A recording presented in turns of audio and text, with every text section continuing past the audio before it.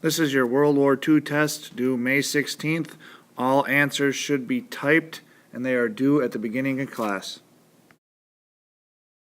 2 questions for the first crash course. First of which is explain how the Treaty of Versailles and the weaknesses of the League of Nations led us to the foreign policy of appeasement. Second question, explain how the United States got around the Neutrality Acts. What did this lead to? You can use the following crash course or any outside material to answer those questions. D-Day, June 6, 1944, the day on which Allied forces landed in Normandy, France, to begin massive offensive engagement against the Germans and the occupied territory of Europe. Non-aggression pact. Tension rose between Germany and Poland, so Russia signed it. Germany and Russia won't fight because of this act. They also signed a secret pact that gave the Soviets half of Poland. Okay, so today we'll be talking about World War I. Most people know the in general story about how Hitler came to power in Germany, got rid of democracy, and started blaming the Jews. And there was that whole thing with the Holocaust. Eventually, the Allies came to be. The United States, France, and Britain decided they needed to put a stop to this. So, on what we call D-Day, they came together and stormed the beaches of Normandy. So today we're going to be looking at the deeper questions, things such as why was Austria-Hungary Germany's first target? And why did France and Britain do nothing when Germany started breaking rules? And finally, how did the relationship between France, England, and the United States bring the Allies to war? So why was Austria-Hungary's Hitler's first target? Well, Austria-Hungary was a weak power bordering Germany. At the end of World War I, they had gained some land from German, and Hitler and many other Germans were still mad about how the war had ended, aka the Treaty of Versailles. Why did France and Britain do nothing when Hitler moved into France and Belgium? It all goes back to the idea of appeasement. At the time, people still had World War I in the back of their minds, and the idea of another war was something nobody wanted. So the idea of appeasement came into play. This was basically a fancy way of saying Germany started breaking rules and France and Britain let it slide in order to avoid another war.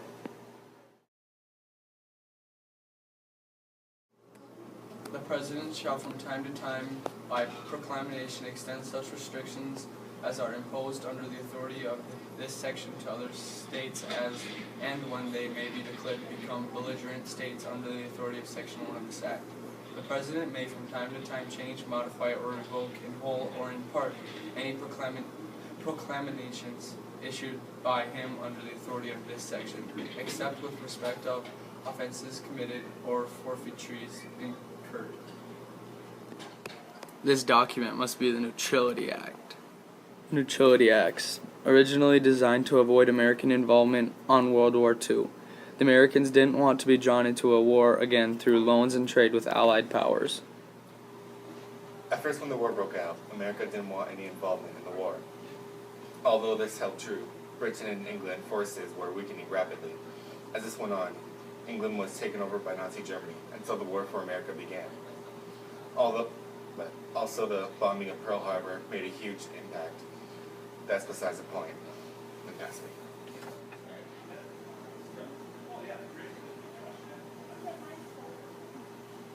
It's gonna fall off.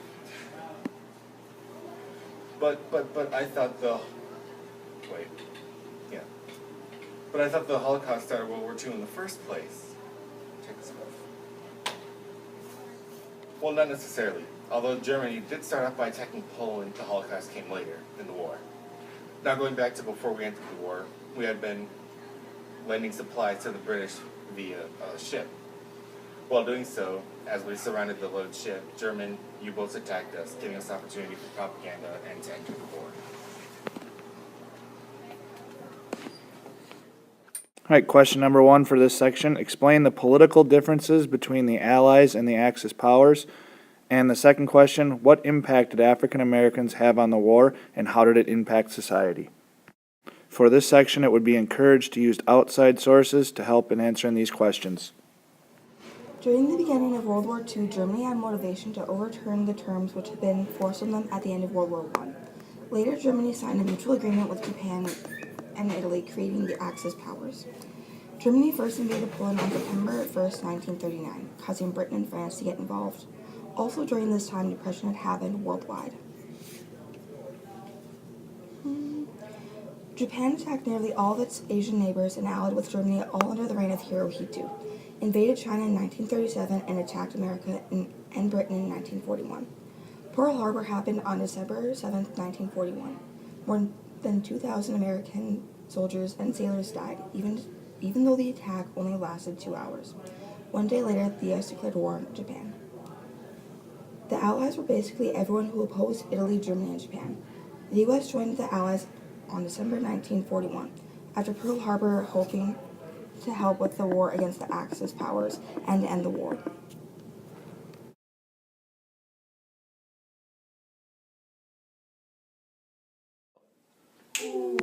You over there. Why did Japan say we would shrink from further conflict? Well, from the Pearl Harbor attack that we had, Japan thinks that the power that they launch attack on us, that we would be trembling in our shoes. You in the red. Why did America not want Africans to join the war? Well, that's a great question. Well, the Navy and the Air Force, Americans, did not think that African Americans were good and loyal enough to our country for the war effort, so they decided non-combat jobs.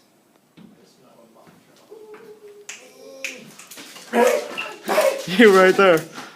Why does Roosevelt think the Allies didn't have enough troops to attempt a European invasion? Powers were still feeling the effect of World War I. They still had a lack of resources, and also the huge debt that they gained from buying guns from America and also other countries. And also, they did not want to spend the amount of troops to fight another great war.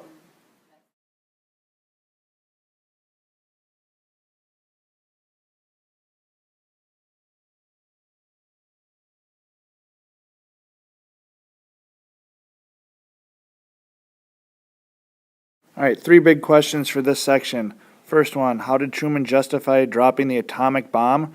Do you agree with his logic? Why or why not? Second question, explain the importance of the code talkers. Who were they and what did they do? And finally, how do you think the dropping of the atomic bomb has impacted America's status in the world? Is it a positive or a negative?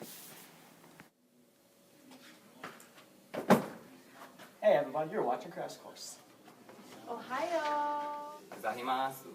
Today on Crash Course we're going to be discussing how the U.S. ended the war with Japan in World War II. The first essential question we will be dealing with is how and why was the atomic bomb used to end World War II, and what effect did it have on Japan after?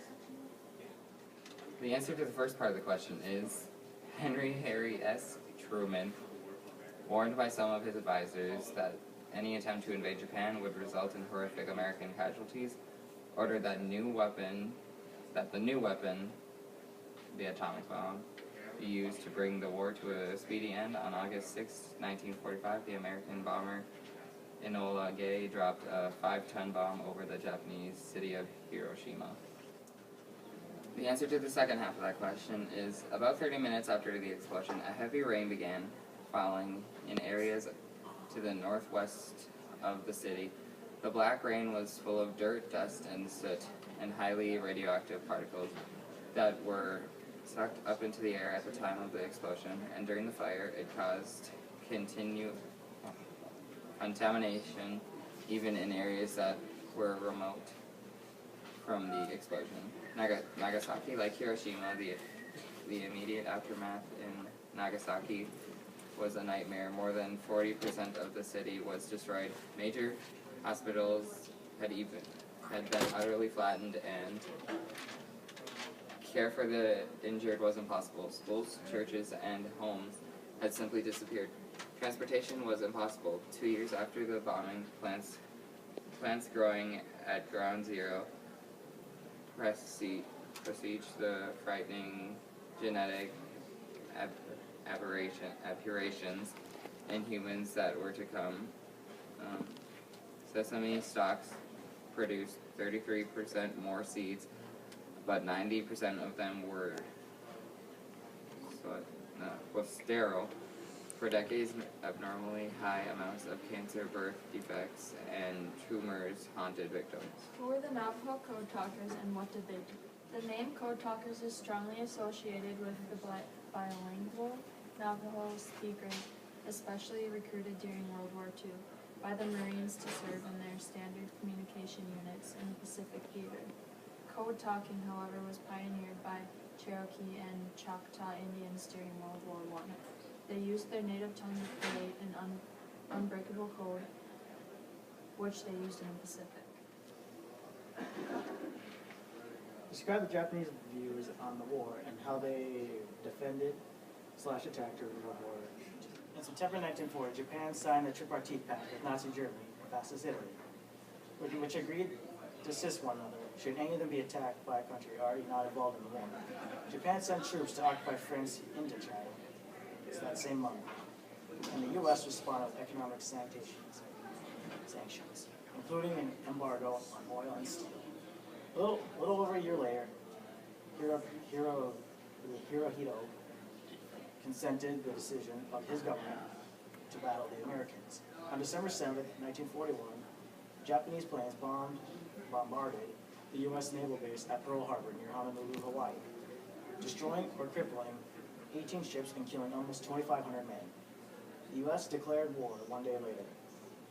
Over the next 7 months, Japan occupied the Dutch East Indies, British Singapore, New Guinea, Philippines, and a number of other locations in Southeast Asia and the Pacific. The tide started turning at June 1942, Battle of Midway, and soon after the Garden War.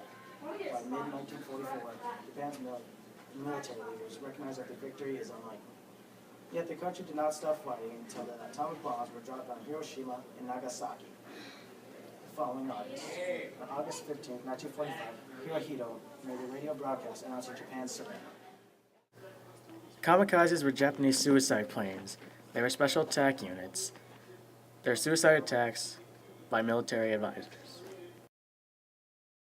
Hiroshima was the Japanese military center. It was also the place where the first atomic bomb was dropped and was first known city to have an atomic bomb dropped on it.